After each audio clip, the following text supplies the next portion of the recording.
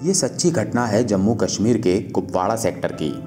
Indian army के 15 सिख जवान अपने मेजर के नेतृत्व में हिमालय की ऊंचाइयों में बनी आर्मी पोस्ट जा रहे थे। अगले 3 महीनों तक उन्हें इसी आर्मी पोस्ट पर रहना था। हिमालय की बर्फीली ऊंचाइयों पर बनी इन आर्मी पोस्ट पर सैनिकों की तैनाती हर 3 महीने पर बदलती रहती है। जाहिर है उस पोस्ट पर जो आर्मी की टुकड़ी थी उन्हें इस आने वाली टुकड़ी का बेसब्री से इंतजार था। सर्दी का मौसम था और बीच बीच में बर्फ पड़ने की वजह से कड़ाके की ठंड पड़ रही थी। इससे इन दुर्गम रास्तों पर सफ़र और भी मुश्किल हो गया था। सफ़र के बीच मेजर के मन में ख्याल आया, काश एक कप चाय मिल जाती तो बड़ी राहत मिलती। काश इसलिए क्योंकि ये देर रात का समय था और इतनी ठंड में कौन ही दुकान खोलेगा। 1 घंटे ऐसे ही पैदल चलने के बाद ये काफिला सुनसान में बनी एक छोटी सी दुकान के पास रुका, जो कि चाय की दुकान लग रही थी। दुकान पर ताला पड़ा हुआ था। मेजर ने कहा, जवानों, चाय तो किस्मत में नहीं, हाँ थोड़ा आराम कर लो यहाँ पर। सेना की इस टुकड़ी ने करीब 3 घंटे पहले सफ़र शुरू किया था। एक जवान बोला, सर ये चाय की दुकान है, हम चाय बना सकते हैं, बस ये ताला तोड़ना पड़ेगा। आर्मी मेजर सोच में पड़ गए। ये एक अनैतिक सलाह थी, लेकिन ठंड में थके सेना के जवानों को 1 कप चाय से बड़ी सहायता मिलेगी, ये सोचकर उन्होंने अनुमति दे दी। किस्मत उनके साथ थी। दुकान में चाय बनाने का सब सामान और बिस्किट के कुछ पैकेट भी थे। फटाफट गर्मा गर्म चाय बनी। चाय बिस्किट से तरोताज़ा होकर आर्मी के जवान आगे बढ़ने को तैयार थे। मेजर ने सोचा, उन्होंने दुकान तोड़ी और बिना दुकान के मालिक की आज्ञा के चाय बिस्किट लिया। लेकिन हम कोई चोर मंडली तो है नहीं, हम तो आर्मी के अनुशासित जवान हैं। मेजर ने 1000 रुपये पर्स से निकाले और दुकान के काउंटर पर एक डिब्बे से ऐसे दबाकर रखा कि चाय वाले को आसानी से मिल जाए। मेजर अब अपराध भावना से मुक्त हुए। उन्होंने दुकान के दरवाजे बंद कर आगे बढ़ने का आदेश दिया। 3 महीने का समय बीता। आर्मी की इस टुकड़ी ने बड़ी जिम्मेदारी और सजगता से आर्मी पोस्ट पर ड्यूटी निभाई। सबसे अच्छी बात यह थी कि इस दौरान हुई कई झड़पों के बावजूद सभी सही सलामत थे। अब समय आ गया था कि अगली टीम उनकी जगह लेने के लिए आए। वो दिन भी आ गया। उस टुकड़ी ने आगामी टुकड़ी को जिम्मेदारियां सौंपी और वापसी को निकल पड़े। संयोग से वो फिर उसी दुकान पर रुके। इस बार दिन का समय था। दुकान खुली थी और चाय वाला मौजूद था। चाय वाला एक बूढ़ा व्यक्ति था। इतने सारे ग्राहकों को एक साथ देखकर वो बहुत खुश हुआ। सभी को उसने चाय बनाकर पिलाई और नाश्ता दिया।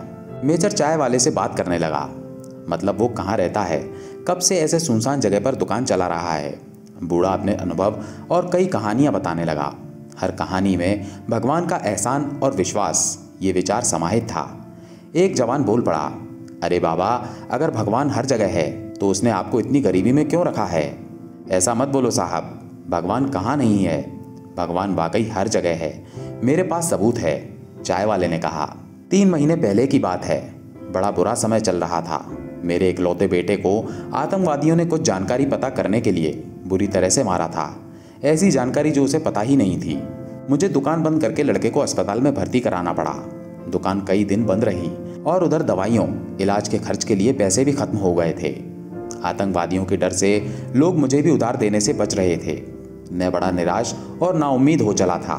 साहब, उस दिन मैंने भगवान को याद किया और मदद के लिए प्रार्थना की, और वाकई भगवान उस दिन मेरी मदद करने दुकान पर आए।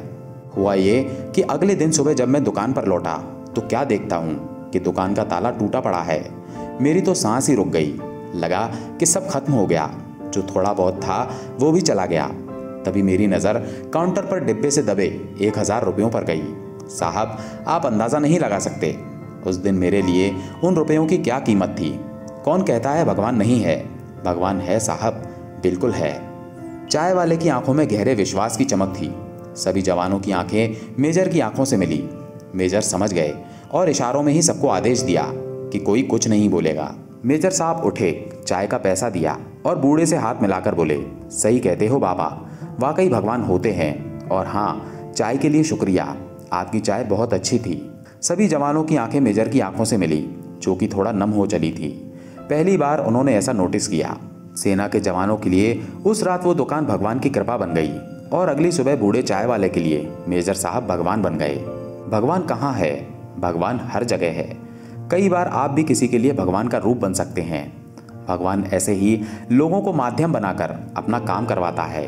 कभी कभी हमारे मन में ख्याल आता है, भगवान है या नहीं, हम सोचते हैं भगवान हमें चमत्कार दिखाकर अपने होने का सबूत दें। भगवान की सत्ता ऐसे कार्य नहीं करती, ना ही आपके लिए उन्हें खुद को सिद्ध करने की आवश्यकता या मजबूरी है। भगवान तो एक बच्चे के समान निश्चल है, सिर्फ प्रेम और विश्वास से ही उन्हें पाया जा सकता है। आपके अंदर भी उन्हीं की शक्ति है।